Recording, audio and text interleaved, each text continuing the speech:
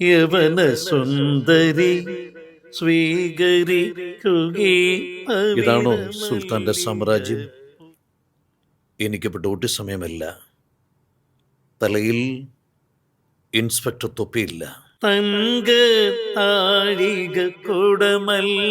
Neil Armstrong കാലുകുത്തുന്നതിന് മുമ്പ് വയലാറച്ചൻ കാലുകുത്തിയിട്ടുണ്ട് ചന്ദ്രനിൽ, അറിയാമോ കഥ? ദിലീപ് വന്ന ഇന്നസെന്റിനെ അതിമനോഹരമായിട്ട് അവതരിപ്പിക്കും.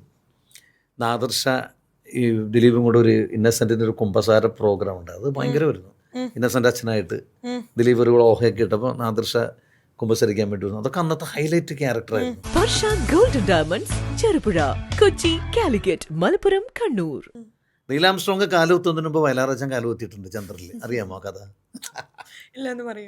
അതായത് പേൾവി എന്ന് പറഞ്ഞൊരു ചിത്രം, കുഞ്ചാക്കോ സംവിധാനം ചെയ്ത പേൾവി എന്ന ചിത്രം. അപ്പോൾ അതിലെ സബ്ജക്റ്റ് ഇതായിരുന്നു, ചന്ദ്രനിൽ പോയൊരു സംഭവം, അതാണ് കാണിക്കുന്നത്. അപ്പം അച്ഛന് ഇത്രയും ഇതായിട്ട് ആ പാട്ട് എഴുതി 2 മാസം കഴിഞ്ഞപ്പോഴാണ് നീലാംസ്ട്രോങ് കാലുകുത്തുന്നത്. അത് ദേവരാജ മാസ്റ്റർ സംഗീതം ചെയ്ത് ദാസേട്ടൻ പാടി, പ്രേം നസീർ സാറ് പാടി അഭിനയിച്ച പാട്ട്. ആ പാട്ടിൻ്റെ പല്ലവി എന്ന് പറയുമ്പോൾ തങ്ക താഴിക കുടമല്ല താരാപഥത്തിലെ രഥമല്ല ചന്ദ്രബിംബം കവികൾ പുകഴ്ത്തിയ സ്വർണമയൂരമല്ല തങ്ക താഴിക കുടമല്ല. ഇത് അങ്ങനെ അച്ഛൻ എഴുതിയതാണ്. ഇതേ എഴുതിയ അച്ഛൻ തന്നെ ആ പടത്തിൽ മറ്റൊരു പാട്ട് എഴുതിയേക്കണത് വിശുദ്ധനായ സെബസ്ത്യാനോസേ ഞങ്ങൾക്കു വേണ്ടി പ്രാർത്ഥിക്കണം. രണ്ട് സ്റ്റൈലുള്ള പാട്ട്. ഞാൻ അതിൽ ഏറ്റവും നല്ല പ്രണയഗാനത്തിന് എഴുതിയിട്ടുണ്ട്. യവന സുന്ദരി സ്വീകരിക്കുകേ പവിഴമല്ലിക പൂവുകൾ. എങ്ങനെയാണ് ഈ കാണാപ്പാടം പഠിക്കണം?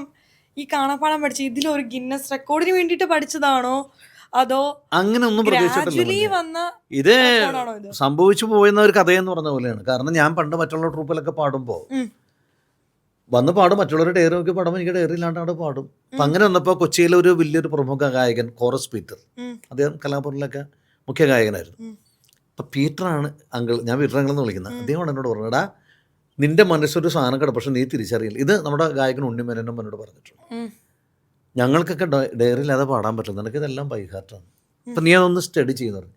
അപ്പം അന്ന് ഞാൻ മിമിക്സ് പരേഡിലും പോണൊരു കാലമാണ്.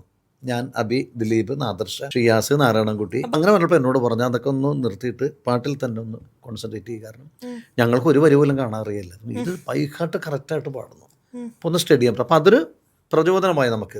അങ്ങനെയാണ് ഇത് കൂടുതൽ. ഇപ്പം നമുക്ക് ഇത്രയും പാട്ടറിയാമായിരുന്നു, ഇന്ന മരിച്ച ഡേറ്റുകളൊക്കെ ഇങ്ങനെ ഞാൻ പോലും അറിഞ്ഞില്ല. അപ്പോൾ ചിലർ ചോദിക്കും ജയൻ എന്നാ മരിച്ചത്, ചിലർ ഫോണിൽ ചോദിക്കും എന്നാ വെച്ച്. നമ്മൾ 1980 നവംബർ 16 ഞായറാഴ്ച ഉച്ചയ്ക്ക് 3 മണിക്ക് കൃത്യമായിട്ട് കിട്ടും എന്ന് പറഞ്ഞാൽ നസീർ സാർ എന്ന് മരിച്ചു ആ ഡേറ്റ് ചോദിക്കും, പ്രത്യേകതകളിൽ ചോദിക്കും. ഇപ്പം ഇതൊക്കെ നമ്മൾ അറിയാതെ വരുന്ന ചില സംഭവങ്ങളാണ്. അതെല്ലാം എപ്പോഴെങ്കിലും ഇങ്ങനെ പറഞ്ഞു പോയിട്ട് തെറ്റിപ്പോയിട്ടുണ്ടോ? പണ്ട് ഞാനൊരു ഡോക്ടർമാരുടെ ഒരു പരിപാടിക്ക് പോയി. അപ്പോൾ അതായത് ഒരു 70 കാലഘട്ടത്തിലെ ഡോക്ടറായിട്ടുള്ള കുറേ ആൾക്കാർ, ഒരു 65 പേരുടെ കൂട്ടായ്മ, അവരൊക്കെ പിന്നീട് അമേരിക്കയിലേക്ക് ആയിരുന്നു. അവർ ഒന്ന് ഒത്തുകൂടുന്ന സമയത്ത് തന്നെ പ്രോഗ്രാം വിളിച്ചു. അപ്പോൾ എന്നോട് പറഞ്ഞു, മൻസൂർ ഞങ്ങൾക്ക് കേൾക്കേണ്ടത് ഒരു 75-80 വരെയുള്ള കാലഘട്ടത്തിലെ പാട്ട് മതി, 80 ശേഷം വേണ്ട, ആ പാട്ടാണ് ഞങ്ങൾക്ക് വേണ്ടതെന്ന് പറഞ്ഞു. ഞാൻ പ്രോഗ്രാമിന് പോയി. ഇവർ ഓരോ പാട്ടുകൾ പറയാൻ തുടങ്ങി, ഞാനിങ്ങനെ പാടാൻ തുടങ്ങി. അപ്പോൾ ഒരു ഡോക്ടർ എഴുന്നേറ്റ് ഞാനൊരു പാട്ട് പറയാം, ഇതിന് ഉത്തരം നിങ്ങൾ പറഞ്ഞാൽ ഞാൻ നിങ്ങളെ സമ്മതിക്കാമെന്ന് പറഞ്ഞു. അപ്പോൾ ഞാൻ പറഞ്ഞു എനിക്ക് ഇത്രയും പാട്ടുകൾ അറിയാം, അപ്പം എന്നിട്ട് 9,000 ചെല്ലാണ്, ഇതിൽ പെട്ടെന്നാണ് ഞാൻ ഉത്തരം പറയുക, കാരണം ഇനിയും പഠിച്ചുകൊണ്ടിരിക്കുന്നത്. അപ്പോൾ അദ്ദേഹം എന്നോട് ഇങ്ങനെ മനസ്സാവാച കർമ്മണ ഞാൻ മനുഷ്യപുത്രനെ സ്നേഹിച്ചു, ഇതാണ് പാട്ട് പറഞ്ഞു. ഞാൻ പറഞ്ഞു എനിക്ക് കിട്ടി. ഇത് 1970 JD തോട്ടാൻ സംവിധാനം ചെയ്ത ഗംഗാ സംഗമം എന്ന ചിത്രമാണ്. ആരെഴുതിയ നമ്മുടെ വയലാർ അച്ഛനാണ് എഴുതിയതാണ്, ദേവരാജ മാസ്റ്റർ സംഗീതം ചെയ്ത് ദാസേട്ടൻ പാടി, പ്രേം നസീർ സാറ് പാടി അഭിനയിച്ചാണ്. അടുത്ത ചോദ്യം പറഞ്ഞു പ്രേം നസീറിൻ്റെ കഥാപാത്രം എന്താണ്, അതൊന്നും അറിയണമെന്ന് പറഞ്ഞു. ഞാൻ പറഞ്ഞു ഇന്നോളം അധികം സ്വീകരിക്കാത്തൊരു കഥാപാത്രം അസിസ്റ്റൻറ്റ് വികാരി ഫാദർ കളത്തിൽ എന്ന കഥാപാത്രം. ശരി പാടാൻ പറഞ്ഞു. പാടി കഴിഞ്ഞപ്പോൾ എനിക്കൊരു 7,000 റുപ്പീസ് പുള്ളി എനിക്ക് കൊണ്ട് തന്നു. അപ്പോൾ അദ്ദേഹം പറഞ്ഞു ഇതൊരു അപൂർവമായിട്ടുള്ളൊരു ഇതാണ് കൊടുക്കുക. അപ്പോൾ ഒരു ഉപദേശം കൂടെ തന്നു, എപ്പോഴും ഡ്രൈവ് ചെയ്യാറുണ്ട്, ഇല്ല ഡ്രൈവ് ചെയ്യണ്ട, നിങ്ങൾക്കിട്ടൊരു അപൂർവമായ സിദ്ധിയാണ്. ചിലപ്പോൾ ഡ്രൈവ് ടെൻഷൻ കൂടുമ്പോൾ ഇത് നമുക്ക് ബാധിക്കാൻ സാധ്യതയുണ്ട്.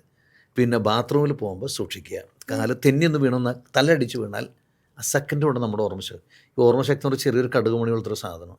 ഇത് എൻ്റെ ജ്യേഷ്ഠ സഹോദരനായ നടൻ ക്യാപ്റ്റൻ രാജു എപ്പോഴും പറയും. എന്നെ മൻസൂർ ഭയങ്കര മൻസൂറ് എവിടെയാണോ പൊന്നെ എന്നൊക്കെ പറഞ്ഞ് വിളിക്കുള്ളൂ. ഇവിടെ ചെന്നാൽ എന്നെ കൊണ്ട് പാട്ട് പഠിക്കൽ. എൻ്റെ മൂത്ത മകളുടെ വിവാഹ നിശ്ചയ ചടങ്ങിനാണ് അവസാനമായിട്ട് ആദ്യം പങ്കെടുത്തത് 2018. അത് കഴിഞ്ഞൊരു 3 മാസം കഴിയുമ്പോൾ രാജായം പോയത്. അപ്പോൾ ഞങ്ങൾക്ക് ഭയങ്കര സങ്കടം. എൻ്റെ കുടുംബത്തിലൊരു തീരാൻ നഷ്ടമാണ് എനിക്ക് വ്യക്തിപരമായിട്ട്. അപ്പോൾ ഇദ്ദേഹമൊക്കെ എപ്പോഴും പറയും ഇത് സൂക്ഷിക്കണോട്ട് അങ്ങനെയാണെന്നൊക്കെ. അപ്പോൾ ഇങ്ങനെ ഉപദേശമുണ്ട് നമുക്ക്. അപ്പോൾ ഇതെല്ലാം നമുക്ക് മറക്കാത്ത ചില അനുഭവങ്ങൾ. അങ്ങനെ ഓരോ വേദിയിലും പല പല അനുഭവങ്ങൾ നമുക്ക് കിട്ടിയിട്ടുണ്ട്. അപ്പൊ ഇക്ക എൻ്റെ അടുത്ത് ആദ്യം പറഞ്ഞിട്ടുണ്ടായിരുന്നു, ഇക്ക പഴയ കാലത്ത് മിമിക്സ് പരേഡിന് പോയിട്ടുണ്ടായിരുന്നു. അതിലാണെങ്കിൽ ദിലീപ് ചേട്ടനും പിന്നെ നാദർഷയ്ക്കും ഒക്കെ വന്നിട്ടുണ്ടായിരുന്നു. അപ്പൊ അവരുടെ കൂടെയുള്ള ഒരു ജേണി എങ്ങനെയുണ്ടായിരുന്നു? അത് ഒരു 92, 93, 94 കാലഘട്ടത്തിൽ ഞങ്ങളിങ്ങനെ കൊച്ചിൻ സാഗർ, ആദ്യം ഞാനും ഇന്നത്തെ സംവിധായകൻ റാഫി മക്കാട്ടിൽ, റാഫി, പിന്നെ ഇപ്പം മൺമറഞ്ഞു പോയ കലാഭവൻ അനീഫ്, പിന്നെ സംവിധായകൻ മക്കാട്ടിൽ, ഞങ്ങൾ 4 പേരായിരുന്നു ആദ്യം. പിന്നെ അതിനുശേഷം അതിൽ കുറേ പേരാണ് ഒഴിഞ്ഞു പോയി. കുറേ പേരൊക്കെ ഇപ്പോൾ അനീഫ് പോയി. ഇപ്പോൾ എൻ്റെ അടുത്ത സുഹൃത്ത് ഇപ്പോൾ കഴിഞ്ഞ ദിവസം മരിച്ചുപോയ ഷാഫി, അടുത്ത സുഹൃത്തുക്കളായിരുന്നു, കുറേ പേര് പോയി. അപ്പോൾ അതിനുശേഷം പിന്നെ കൊച്ചിൻ ഓസ്കാറിൽ ഞാൻ, അബി, നാദർഷ, അരവിന്ദാക്ഷക്കുറുപ്പ്, റൊണാൾഡോ പൊയ്യ, ആൻ്റണി വഴക്കുളം. അതിനുശേഷം കൊച്ചിൻ സാഗർ എന്നൊരു പുതിയ ട്രൂപ്പ് അബി തുടങ്ങി. അപ്പോൾ ഞാനായിരുന്നു എൻ്റെ ലീഡർ. അന്ന് ദിലീപ്, അബി, നാദർഷ, നാരായണൻകുട്ടി, ഷിയാസ്, സന്തോഷ്, നന്ദു പൊതുവള, റോജി, ഇത്രയും പേരായിരുന്നു. അത് നല്ല എൻ്റെ കൂട്ടത്തിൽ ഞങ്ങളുടെ നൗഷാദ്, ഏറ്റവും ജൂനിയർ ഞങ്ങളൊരു നൗഷാദും ഉണ്ടായിരുന്നു. ഞങ്ങൾ ഇത്രയും പേരായിരുന്നു. അതൊരു 2-3 വർഷം അന്ന് ഈ മിമിക്സ് പരേഡിൻ്റെ ഒരു പുഷ്കല കാലമായിരുന്നു, ഡെയിലി പ്രോഗ്രാം. അത് ഭയങ്കര രസകരമായിട്ടുള്ള കുറേ അനുഭവങ്ങളായിരുന്നു. എല്ലാ ആർട്ടിസ്റ്റുകളും ഒന്നിനൊന്നും വെച്ച് വരുന്നത്. ഞാനായിരുന്നു അനൗൺസർ, കംപ്ലീറ്റ് ഇത് ചെയ്യുന്നത് ഞാൻ അനൗൺസർ ചെയ്യാനാണ്. ദിലീപ് വന്ന ഇന്നസെൻറ്റിനെ അതിമനോഹരമായിട്ട് അവതരിപ്പിക്കും. നാദർഷ ഈ ദിലീപും കൂടെ ഒരു ഇന്നസെൻറ്റിൻ്റെ ഒരു കുമ്പസാര പ്രോഗ്രാം ഉണ്ട്, അത് ഭയങ്കരമായിരുന്നു. ഇന്നസെൻ്റ് അച്ഛനായിട്ട് ദിലീപ് ഒരു ഓഹയൊക്കെ ഇട്ടപ്പോൾ നാദർഷ കുമ്പസരിക്കാൻ വേണ്ടി വന്നു. അതൊക്കെ അന്നത്തെ ഹൈലൈറ്റ് ക്യാരക്ടറായിരുന്നു. പിന്നെ അബിയുടെ ആമിനത്താത്ത, അപ്പോൾ ഈ ആമിനത്താത്ത കളിക്കുമ്പോൾ എൻ്റെ ഭർത്താവായ ബീരാനിക്ക് ഞാനായിരിക്കും. ഞങ്ങൾ അതെ, ഞങ്ങൾ ഒരുപാട് കാസറ്റും സ്റ്റൈലുകളും. അപ്പോൾ ബീരാനിക്ക് ഞാൻ ഫുള്ളിങ്ങനെ കളിക്കും. പിന്നെ ഷിയാസിൻ്റെ രജനീകാന്ത്, നാരായണക്കുട്ടിയുടെ ഒരു ബദർക്കുള്ള വാർത്ത, സന്തോഷിൻ്റെ മ്യൂസിക്, പിന്നെ നന്ദു പൊതുവാൾ ഈ പറഞ്ഞ പോലെ ഓളിനോളായിട്ട് എല്ലാത്തിലും ഉണ്ടാവും, നൗഷാദ്, എല്ലാവരും കൂടെ നിറഞ്ഞു നിൽക്കുന്ന ഒരു കാലം. അപ്പം അന്ന് മിമിക്സ് പരേഡിൻ്റെ ഏറ്റവും ടോപ്പ് കാലമായിരുന്നു, സുവർണ്ണ കാലമാണ്. കാലം എന്ന് പറഞ്ഞാൽ അതിനുവേണ്ടി മാത്രം ആൾക്കാർ ഓരോ ദിവസം 3 പ്രോഗ്രാമൊക്കെ അന്നും ഉണ്ടാവുമായിരുന്നു. അത്ര തിരക്കുടിച്ചുള്ള ഓട്ടം പ്രോഗ്രാം ആൾക്കാർക്ക് ഭയങ്കര ഇഷ്ടമായിരുന്നു. എന്നാൽ ഞങ്ങൾക്ക് അന്നന്ന് വേറെ വസ്ത്രങ്ങളൊന്നുമില്ല, ഒരു ജുബയുണ്ട്, ഒരു പാൻറ്റും ഇത്ര ഉള്ളു. പിന്നെ ഒരു ഷോളൊക്കെ എടുത്തിട്ട് പെണ്ണ് ഫീമെയിലൊക്കെ ഒരു ഷോൾ എടുത്തിട്ടു, അതൊക്കെയായിരുന്നു അന്ന് കാണിച്ചത്. പക്ഷെ അന്നത്തെ ഐറ്റംസൊക്കെ വളരെ മനോഹരമായിരുന്നു. എല്ലാവരും ഒന്നിനൊന്നും വെച്ച് വരുന്നത്, അങ്ങനെ സംഭവമായിരുന്നു. അതുമാത്രമല്ല വളരെ ടാലന്റഡ് ആയിട്ടുള്ള ആർട്ടിസ്റ്റുകളായിരുന്നു, അത് തീർച്ചയായിട്ടും.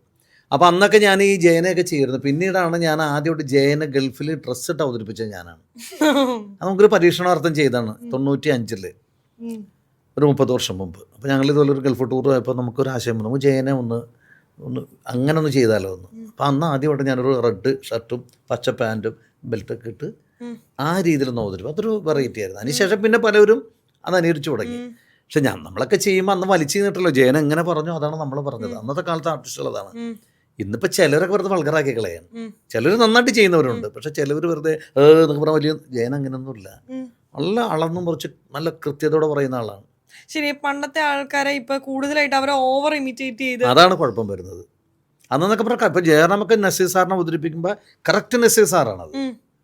അപ്പം ഈ മറ്റൊരു അവതരിപ്പിക്കുമ്പോൾ എല്ലാം കറക്റ്റ്, ഞങ്ങളെ ആ വലിച്ചുമാരി കളിക്കുന്നത്. അത് അന്ന് ഞങ്ങൾ വീഡിയോ കാസറ്റ് കണ്ടിട്ട് അവരെങ്ങനെ അത് ചെയ്തോ, അതിൻ്റെ മാനറിസം എന്തൊക്കെയാണോ. അപ്പോൾ ജയൻ എന്നൊക്കെ പറഞ്ഞാൽ ജയന് പ്രത്യേക ഒരു കണ്ണിൻ്റെ ഇതും ചുണ്ടിനൊക്കെ ഒരു പ്രത്യേകമായിട്ട് പുള്ളി സംസാരിക്കുള്ളൂ. അതൊക്കെ ഞാൻ കറക്റ്റ് നോട്ട് ചെയ്തിട്ടാണ് ചെയ്തത്. ഇപ്പത്തെ ആൾക്കാരെന്ന് പറഞ്ഞു കഴിഞ്ഞാൽ ആ ഒരു നിൽപ്പും അത്രയൊന്നുമില്ല, മാത്രമാണ്. ശരി പറഞ്ഞാൽ ഞാൻ പറഞ്ഞു, അദ്ദേഹം വളരെ അളന്നു കുറച്ചു. ഇപ്പത്തെ പറഞ്ഞു, ഇതാണോ സുൽത്താൻ്റെ സാമ്രാജ്യം, എനിക്കിപ്പോൾ ഡ്യൂട്ടി സമയമല്ല, തലയിൽ ഇൻസ്പെക്ടർ തൊപ്പിയില്ല, ദേഹത്ത് കാക്കിക്കുപ്പായുമില്ല, സ്ഥലം പോലീസ് സ്റ്റേഷനുമില്ല, എന്തു പറയുന്നു, ഇത്രയുള്ള സാധനം. ഇങ്ങനെയാണ് ഞാൻ പ്രസന്റ് ചെയ്യുന്നത്. അല്ലാതെ ഇല്ലേ അല്ല അങ്ങനെയൊന്നുമില്ല. അദ്ദേഹത്തിന്റെ സിനിമ കാണാത്തതിന്റെ കുഴപ്പമാണോ? ഈ ഒരു ഡയലോഗിലാണ്, ഈ ഒരു നീട്ടലിലും അങ്ങനെയൊന്നുമില്ല. ജയന്റെ എല്ലാ പടം എടുത്ത് നോക്കിയോ, അദ്ദേഹം കറക്റ്റായിട്ടാണ് സംസാരിക്കുന്നത്. അദ്ദേഹത്തിന് അതൊരു ശൈലിയുണ്ട്. ഈ കിടപ്പുറത്തുള്ള മുഖത്ത് നോക്കി വിളിച്ച് പറഞ്ഞു മുറക്കേ, ഇത്രയേ ഉള്ളു, മുറക്കേ, അങ്ങനെയൊന്നുമില്ല. അതൊക്കെ വെറുതെ നമ്മൾ കൂട്ടിയിട്ട് തന്നെ. ഇപ്പോൾ സത്യമാഷനെ തന്നെ ഉണ്ട്, വളരെ ചില സമയത്തൊക്കെ വികലമായിട്ട് അവതരിപ്പിക്കില്ലേ. അദ്ദേഹത്തിൻ്റെ മകൻ സതീഷ് സത്യൻ ചേട്ടൻ എൻ്റെ അടുത്ത സുഹൃത്താണ്. ഞങ്ങളിരിക്കും പറയും, എന്ത് കഷ്ടമാണ് മൻസൂർ, പപ്പേനൊക്കെ ഇങ്ങനെ ഈ ചെയ്യുന്നവരാരും പപ്പയുടെ പടം കണ്ടിട്ടാണോ, ഏതെങ്കിലും ഒരു പടം കണ്ടിട്ടുണ്ടോ?